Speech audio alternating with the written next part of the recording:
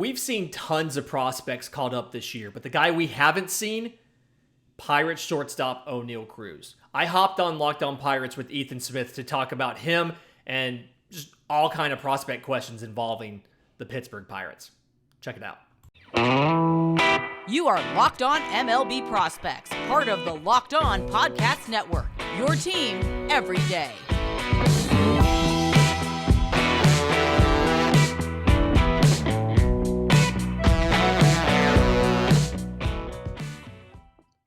I've highlighted this episode for a while, so I'm giving you guys what you want. Hello, guys. My name is Ethan Smith of the Locked On Pirates podcast. To my left, not my right, as usual, is Lindsey Crosby of the Locked On MLB Prospects Podcast. And you could probably just guess by what show Lindsey hosts what we're talking about today, as I'm watching the Pirates game right now as we speak. And there's a certain somebody that's not in the lineup. We're going to talk about the Pirates prospects at length. We're going to talk about a 6'7" dinosaur who is still yet to be on the team, as well as some other players of interest in the farm system on the episode. And I figured let's just jump right into it, Lindsey. I'm going to let you go on your tirade because here in the Locked On MLB host chat on Twitter, I think ONEIL Cruz's name gets mentioned by Lindsey at least 5 times a day.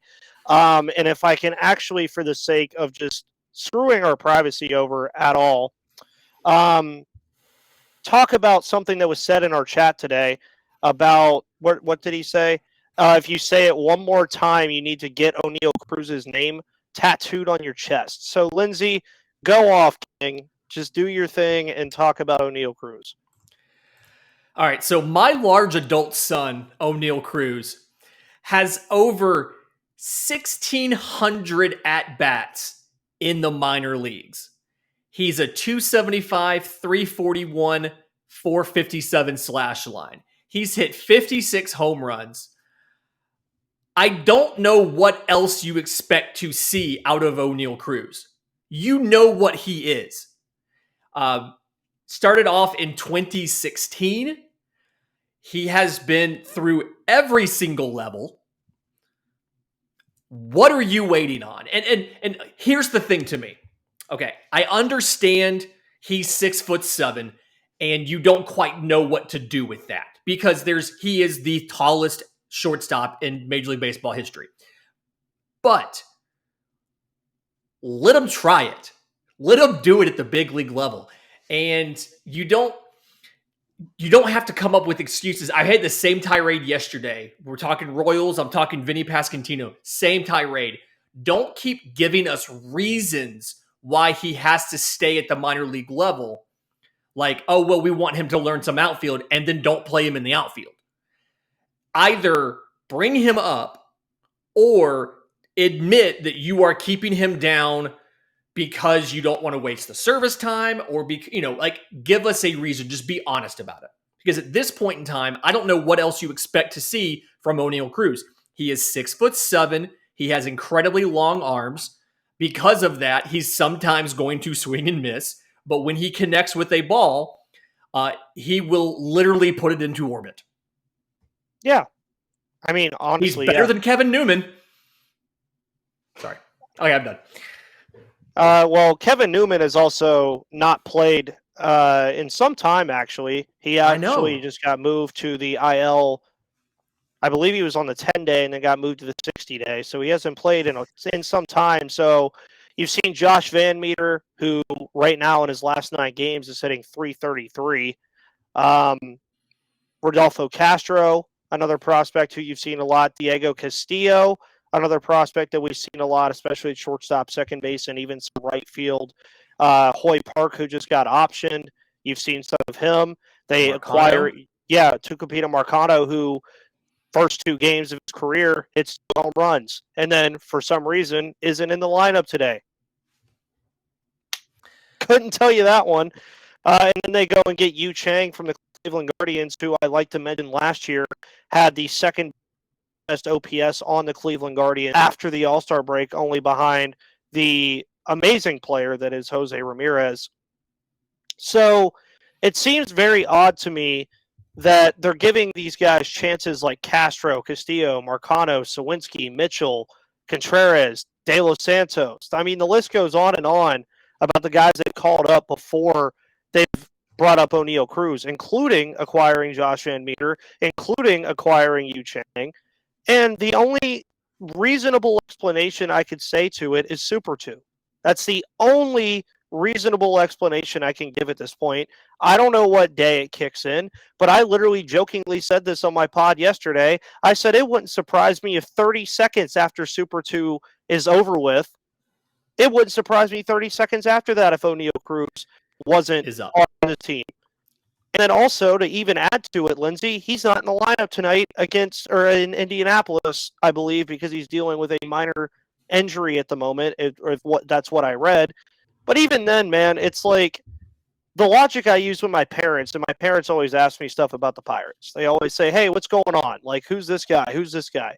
So they asked me about ONEIL Cruz. They're like, why isn't he up yet? So the logic that I gave them, I posed their question with a question.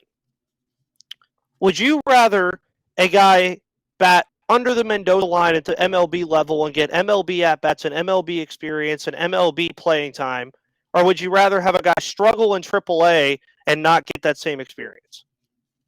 I want you to answer that question too, because I feel like it's an interesting dynamic that a lot of people take into account.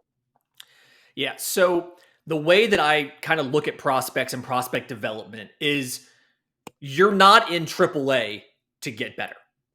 No. Most of the prospect development in the upper minors happens in AA, simply because that's where you're still focused on getting better. AAA for most organizations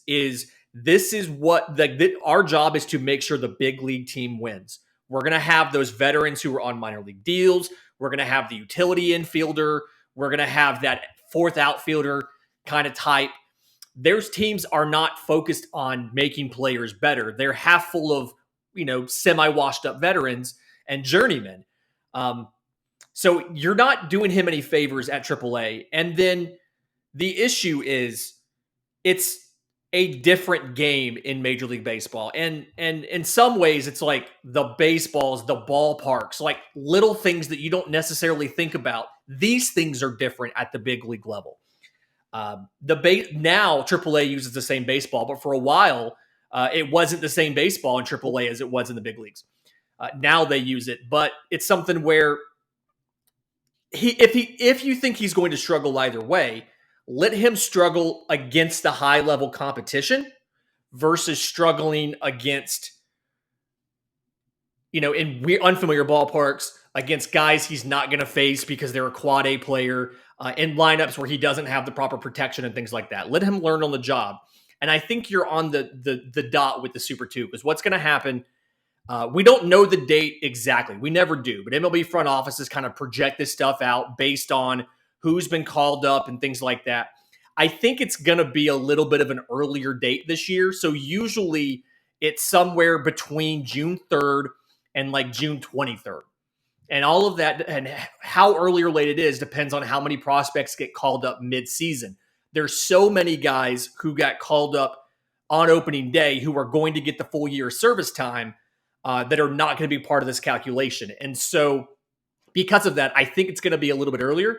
And so I think maybe by second, third week of June, you probably, if you see ONEIL Cruz up in Pittsburgh, it's because that's the reason they were waiting, because they were worried they'd have to pay him something more than minimum wage one additional year, which is a terrible excuse. But the funnier thing that we talked about before we started recording was the NL Rookie of the Year race is all up in arms right now. Nobody knows who's winning it. I mean, hell, Jack Sawinski's leading National League rookies in home runs right now. Nobody would have thought that. But at the end of the day, if I remember correctly, with this new CBA, they were going into the player-based incentives and on-field incentives. If ONEIL Cruz finishes second in NL Rookie of the Year, he still gets the bonus anyway. So it's something that I can't do on this podcast, but he's basically going to do that to the Pirates organization. And if he wins it, he gets a full year of service time. So you might hold him down, and then he comes up, and if he wins Rookie of the Year, because right now it's Mackenzie Gore and Nolan Gorman and nothing else. Like, that's it. Yeah. And none of those guys have super huge cases for Rookie of the Year. If he comes up in 2 weeks and just tears it up and has a great season and wins Rookie of the Year, he gets the year of service time anyway, and then you look like dummies because you spent, 7 weeks without him on the roster, and it ended up working out the exact same. So that's the funniest. That's going to be the funniest possible outcome if it happens. Oh, yeah, and it might. You never know. But at the end of the day, with the Pittsburgh Pirates being the way they are, I guess you could say that ONEIL Cruz is a lot like a diamond in the rough. You know, you don't get too many 6'7" shortstops out there all the time. But if you need to go to an original online jeweler, check out Blue Nile. We are introducing BlueNile.com, the original online jeweler to high-income adults, primarily males 25 plus, looking to get engaged or gift fine jewelry to visit the website and convert into a Blue Nile customer. Does that sound like you? Are you trying to get engaged right now? I don't know. It's a really weird time. It's the middle of the summer. Most people get married in the fall, so you never know. At BlueNile.com, you can celebrate all of life's special moments, from creating the custom engagement ring of our dreams to gifting a classic and timeless jewelry piece, all at prices you won't find at a traditional jeweler. Of course, please, there are not two parts to this business. Wedding jewelry, or there are two parts. See, I'm all over the place because Blue Nile has me all over the place because I love Blue Nile. Even though I'm not buying a ring for anyone right now, there are two parts to this business: wedding jewelry and fine jewelry. And whether you're ready to pop the question or you're celebrating a milestone moment, fine jewelry is unique as her with the modern convenience of online shopping at BlueNile.com. So make your moment sparkle with jewelry from BlueNile.com. And Locked On Pirates listeners and Locked On MLB Prospects listeners get $50 off purchases of $500 or more. This podcast exclusive includes engagement, so use code Locked On. That's code Locked On. Plus, every order is insured, ships free, and arrives in discreet packaging that won't give away what's inside. So shop stress-free and find your forever peace, and go to BlueNile.com today. Again, Blue Nile always has you all over the place, but they want you to where you need to be at the end. And one thing I talked about yesterday on my Tuesday Q&A, or as I like to call it, Q&A Tuesday, I kept getting questions about ONEIL Cruz, obviously, and Mason Martin, and kind of filling team need. And you look at this Pirates team right now, they have a plethora of middle infielders. Not saying they're good. They just a plethora of middle infielders. Brian Reynolds is obviously your starting center fielder. Brian Hayes is obviously your franchise player for a while at third base. Then you have Ben Gamble and some other guys like Sawinski and Cal Mitchell who have filled voids. There's one position that I didn't name there, and that's first base. Mason Martin is another name that has popped up into a lot of feeds of Pirates fans because he's just doing good things in Indianapolis, as well as I mentioned yesterday, adding a power dynamic to this team would go a very long way in ensuring this team actually continues to play the baseball they're playing. Because moving station to station only gets you so far. ONEIL Cruz and Mason Martin, on the other hand, would bring you two power-hitting left-handed hitters in a lineup that desperately needs it. So, kind of asking this question the way I'm trying to formulate it to a prospect connoisseur, if you will, how much does need come into when you bring these guys up? So, like we've seen the Pirates, as I mentioned already, bring up Contreras, bring up De Los Santos, bring up Castillo, Sawinski, the list goes on and on. How much do you think need factors into that, though, especially for a team like the Pirates who more than likely will not be playing into late October this year? So, unfortunately, I don't think it factors in as much as it should, as much as the financial considerations and service time considerations do. It's something I think that Cruz and Martin have a better case because they're lefties and because they do fill that void. Martin is kind of pigeonholed. He's your first base DH guy. He's not playing anywhere else. He doesn't run very well. Doesn't have a great arm. Doesn't have great defense. And I think with him, part of the concern that you see is his walk rate went down last year and his strikeouts went up. I think he hit close to 35% strikeout rate last year. And so this year, like, I think that's what they're concerned about. They're like, yeah, you can sell out for power, but at what point is it too much? And he's kind of on that line. I think at this point, what do you have to lose? I mean, you've called up just about everybody else who was considered possible to get called up this year, other than ONEIL Cruz and, and Nick Gonzalez. You've called just about everybody else up. And so I'm at the point of bring them up, let them play. I mean, your own tagline, MLB, is let the kids play. Like, that's your thing. That is yours. But no, it's I definitely think that you can make a baseball case for him. You need the lefty presence in the lineup, like you said. You need the power in the lineup, like you said.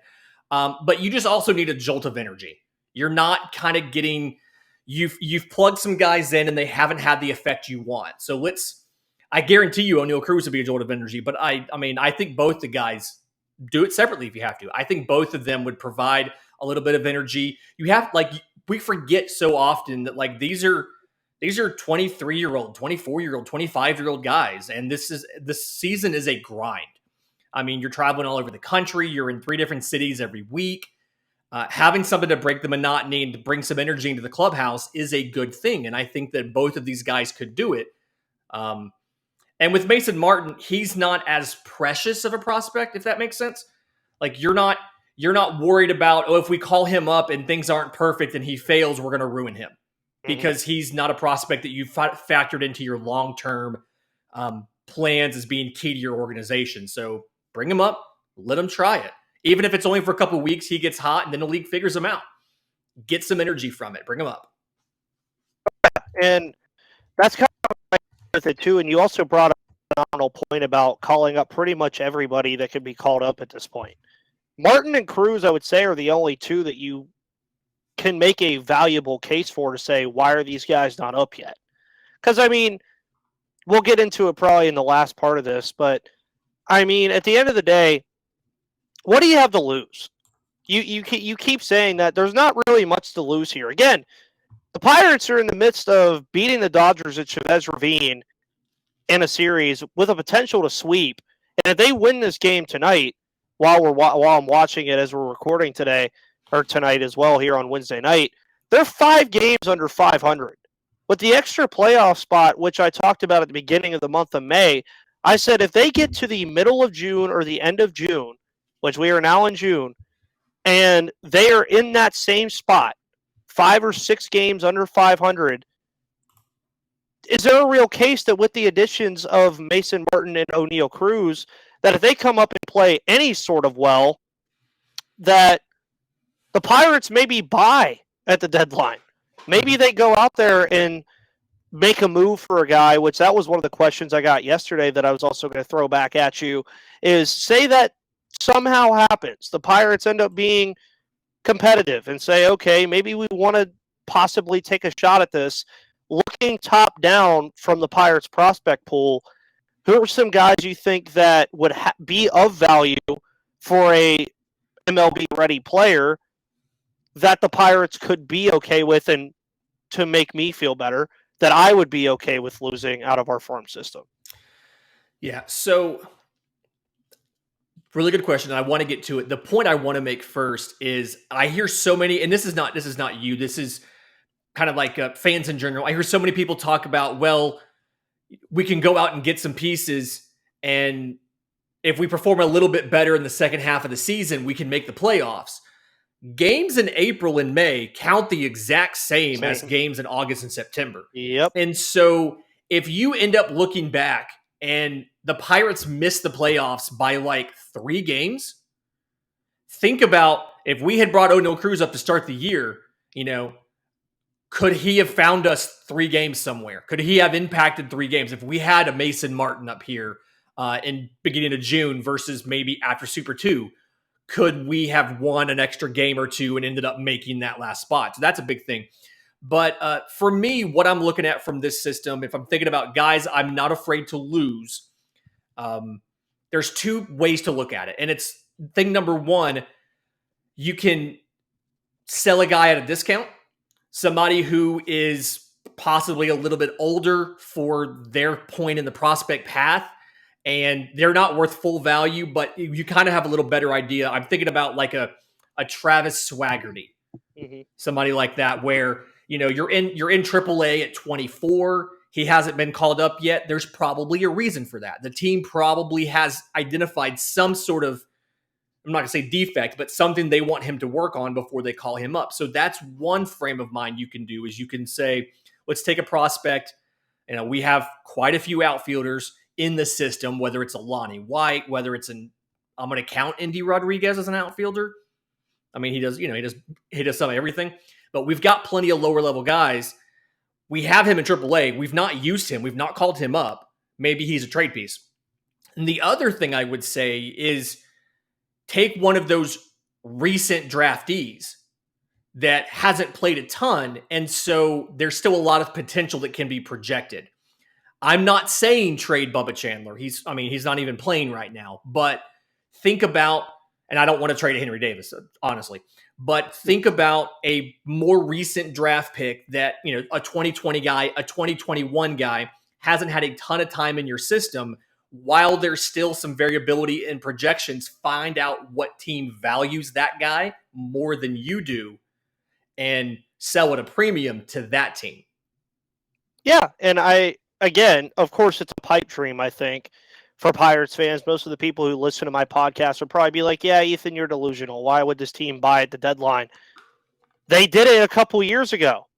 I mean, it's not out of the realm of possibility to think that they would do it again when they literally just did it 4 years ago for Chris Archer in one of the most lopsided trades in MLB history.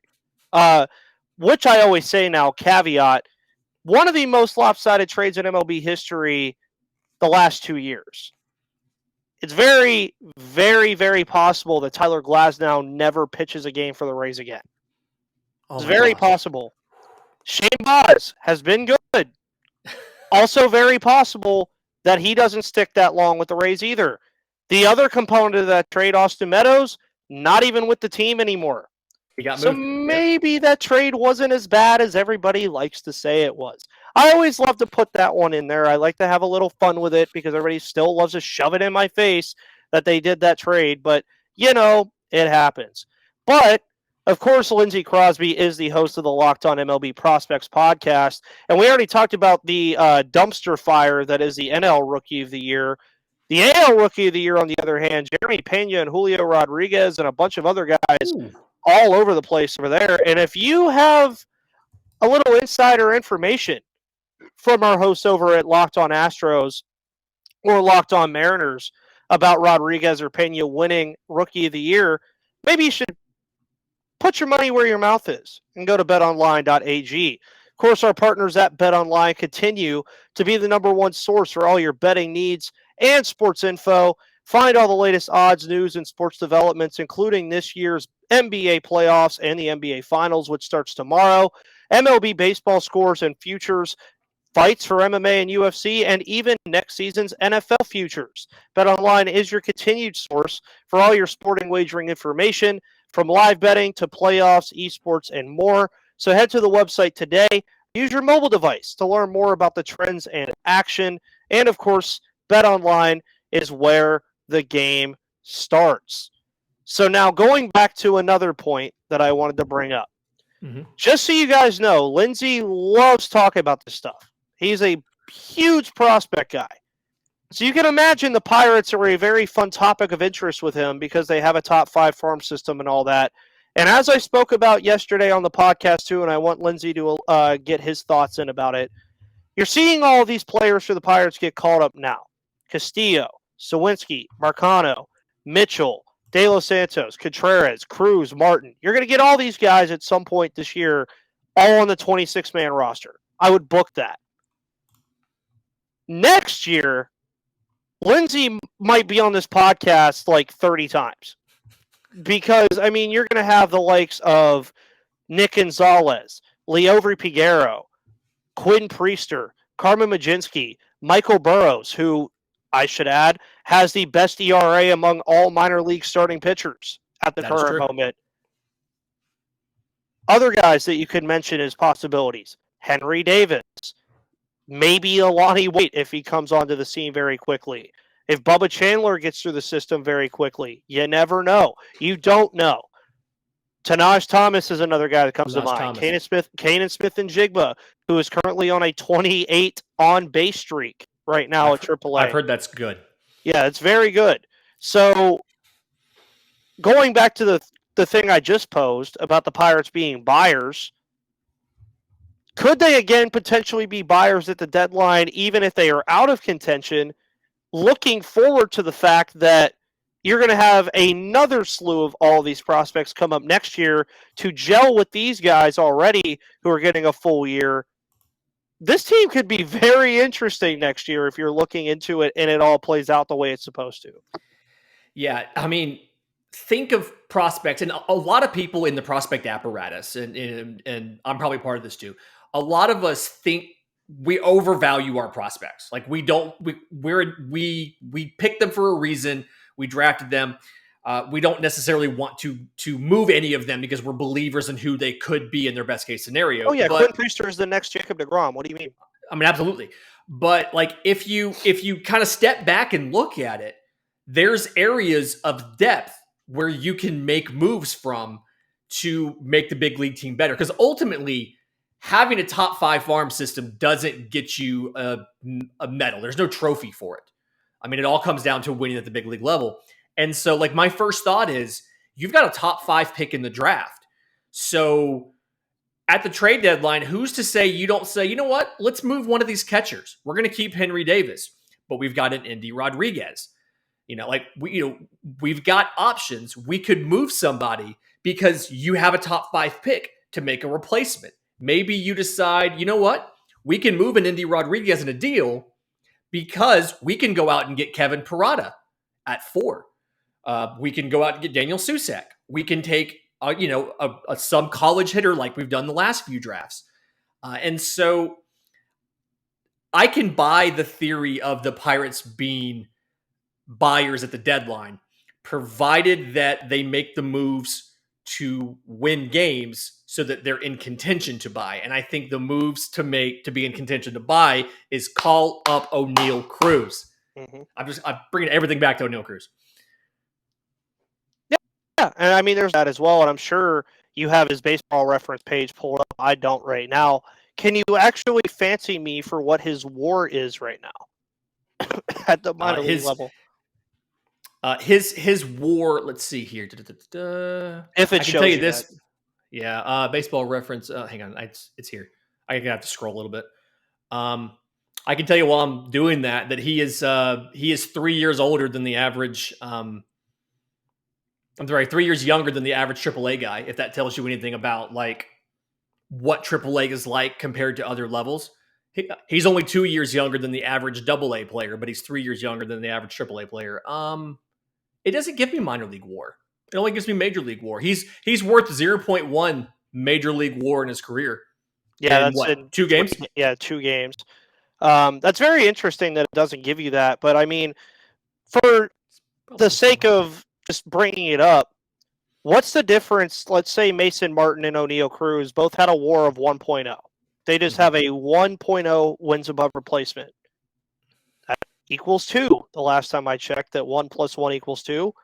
21 and 27, you add 2 wins to that. You're talking about 25. You're talking about a very different ball game here if the Pirates are 23 and 25 versus being 21 and 27. Also, thank you MLB TV for bringing this up.